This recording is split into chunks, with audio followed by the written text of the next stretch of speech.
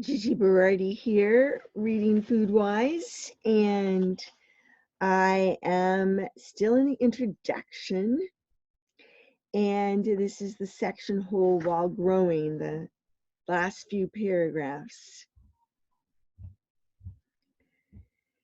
Does this mean that we can't add anything to our farms to help plants grow?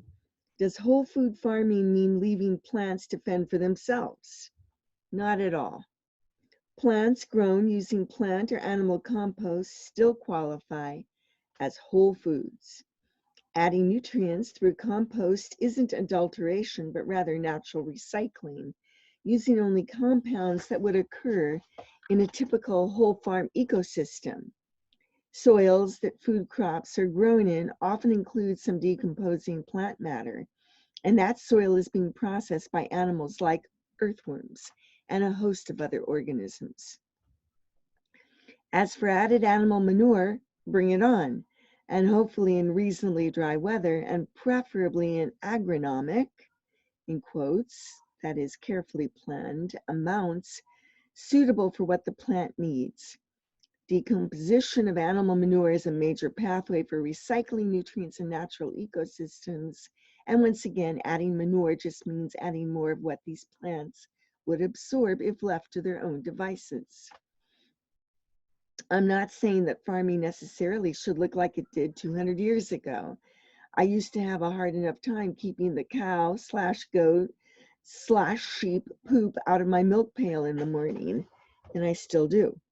I can't imagine what to do with the mule manure and threshed grain in a turn-of-the-century mill house.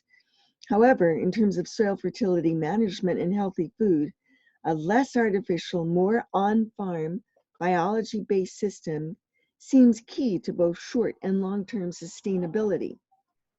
Edible yeast plus edible whole grain flour make whole food bread.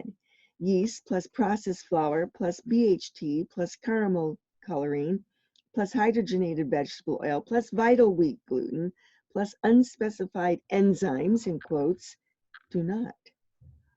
By supporting whole foods, we can work within the food system to strengthen those particular production threads in the web. This also is important in our personal worlds, which we will discuss more in part 2.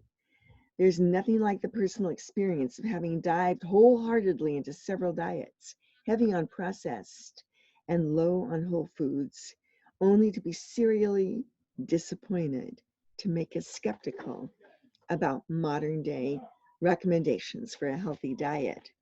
I just added in that last part.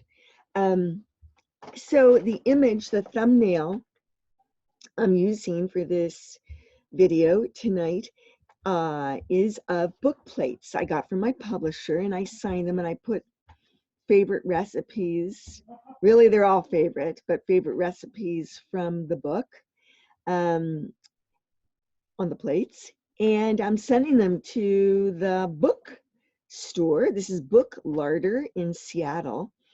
And they are selling books and shipping books. And we're going to do some virtual interviews that they will post, which sound like a lot of fun. So we are figuring out a way to get the FoodWISE message out in this era of coronavirus. There was a nice article that came out just yesterday on me in the Window magazine at Western. And so I invite you to take a look at that. There's pictures of my sheep in there, even though the picture is upside down. It's a good picture of the sheep. And I was going to riff on the CDC. I have an interesting article on poor management in the CDC. And I'm dealing with some of the same challenges in my own home institution and in terms of getting work done.